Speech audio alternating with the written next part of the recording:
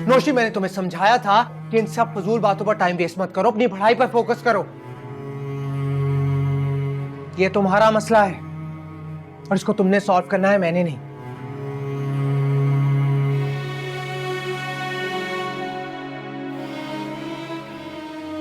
भाई नाश्ता, मैंने सोचा मौसम अच्छा है तो क्यों ना बाहर बैठ के अपनी बेटी के साथ नाश्ता किया जाए। मेरा दिल नहीं है।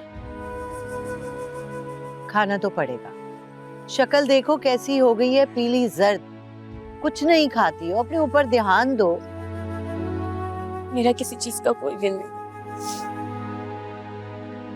बेटा ऐसे थोड़ी जिंदगी गुजरती है, इससे बड़ी बड़ी बातें हो जाती हैं दुनिया में इंसान के साथ। इससे बड़ी क्या मतलब? बेटा मैं जानती हूँ कि तुमने वो इंतहाई कदम क्यों उठाया है।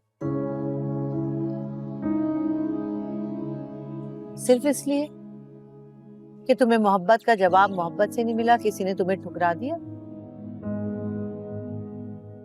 सॉरी अम्मा, गलती हो।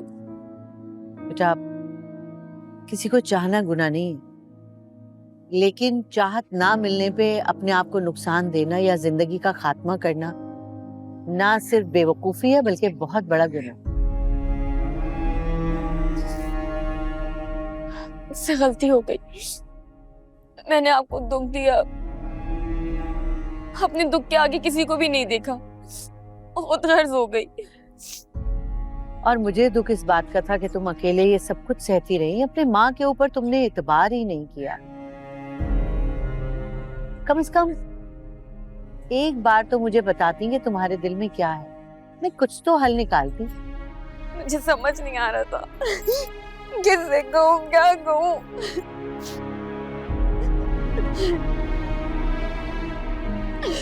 खबरदार खबरदार, अगर ऐसा सोचा भी होगा आइंदा, तुम्हारी माँ तुम्हारे साथ है हमेशा, हर हाल में, ये याद रख। कुछ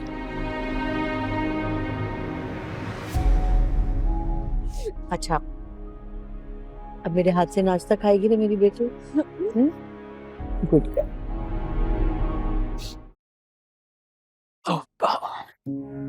जरा स्वाद नहीं है खाने में, सारे बकरे का सत्यानाश मार दिया इस फातिमा ने। ना इसके हाथों में जायका है, ना खाना पकाने का ढंग है। जब से गुल गई है यही बद जायका खाना मिल रहा है। वैसे कमबख्त खाना बहुत जायके वाला पकाती थी। हाय हाय, दिल भर के बल्कि पेट भर के खाना खाया जाता था। अब तो बस तरला ही करना पड़ता है। वैसे अम्मा तुम कहो तो कॉल करूं उसे, काफी दिन हो गए उससे बात किए हुए। तेरी जबान में जाले लग रहे हैं ना बात ना करने से, चुप का बैठा रहे। बड़ा आया बात करने वाला, थोड़ा वक्त गुजरेगा ना खुद ही उसकी अकल ठिकाने आ जाएगी। और अगर वो वापस ना आई तो? नोमी को मकान की दूसरी किस्त मिलने वाली है, बस जैसे ही किस्त मिली सुरैया कोई जुगाड़ करेगी और उसे निकालेगी घर से इधर भेजने के लिए। बस देखना, खोटे सिक्के की तरह आके ना तेरी झोली में गिरेगी।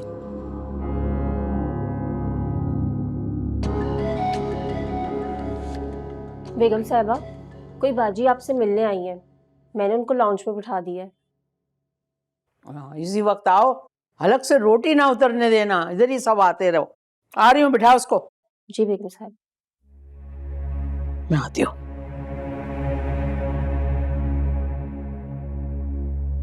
कौन आ गया इस वक्त?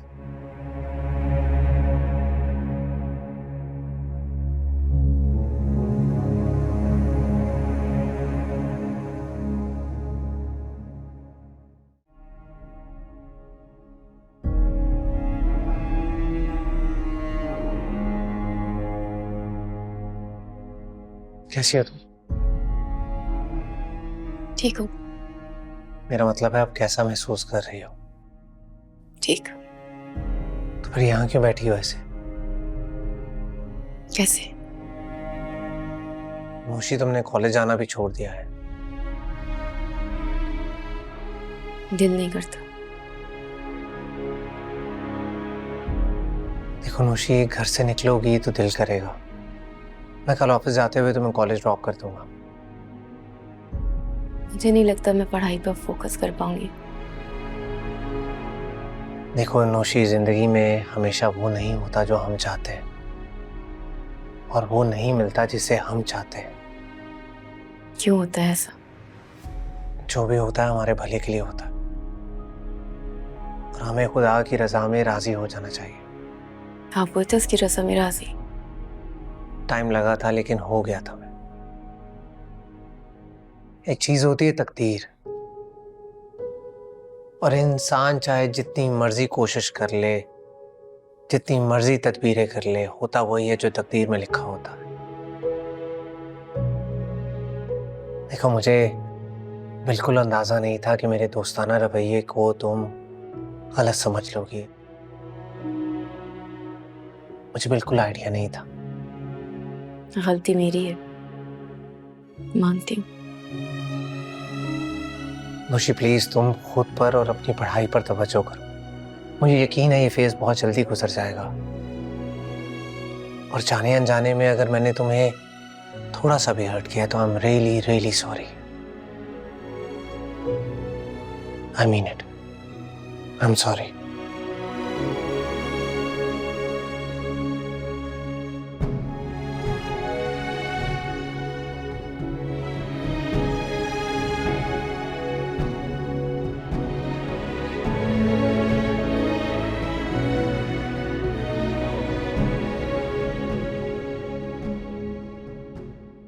भाई सब खैरियत है ना?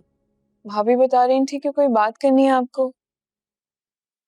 बस यही पूछना था कि काफी दिन हो गए तुम्हें आए हुए, क्या इरादा है तुम्हारा?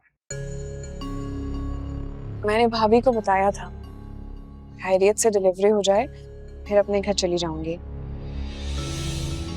देखो गुल, साफ बात है मैं तो इतना अर्सा तुम्हें यहाँ नहीं रख सकता, इसलिए बेहतर यही होगा कि तुम अपने घर जाओ और जाकर अपने मसले मसाइल सुलझाने की कोशिश करो प्लीज। तो और क्या, जैसे मैं करती हूँ। अरे तुम्हारी वजह से इस तरह मैके में आकर बैठने पर पूरे मोहल्ले वाले तरह तरह की बातें बना रहे हैं। बिल्कुल ठीक कह रही है सुरैया, अपने घर जाओ, बल्कि काम करो। मैं चलता हूँ तुम्हारे साथ, तुम्हें छोड़ के आता हूँ, और लगे आता हूँ तुम्हारे बिहाफ पे मैं पुप्पो से और नफी से माफी भी मांगाऊंगा। जब ये यहाँ रहना चाह रही है तो तुम दोनों को क्या मसला है? अम्मा, ऐसे अपना घर छोड़ने से दुनिया का कौन सा मसला हल हुआ है भला? उल्टी बातें ना करें आप, बजाय उसे अक्ल मत देने के आप उल्टी पट्टियां पढ़ा रही हैं। कमाल हो गया। भाई ऐसी कोई बात नहीं हुई है जिससे आप अम्मा से इतनी बदतमीजी करें। ये बात आराम से भी हो सकती है। अरे तुम तो चुप करके ही बैठो। तुम्हारी वजह से पूरे खानदान वाले परेशान हैं। वहां मेरे घर वाले और यहाँ हम सब उलझ रहे हैं, लेकिन तुम्हें तो किसी का जरा सा भी एहसास नहीं है। तुम्हें तो बस अपनी नाक ऊंची रखनी है। बस कर दो बहू,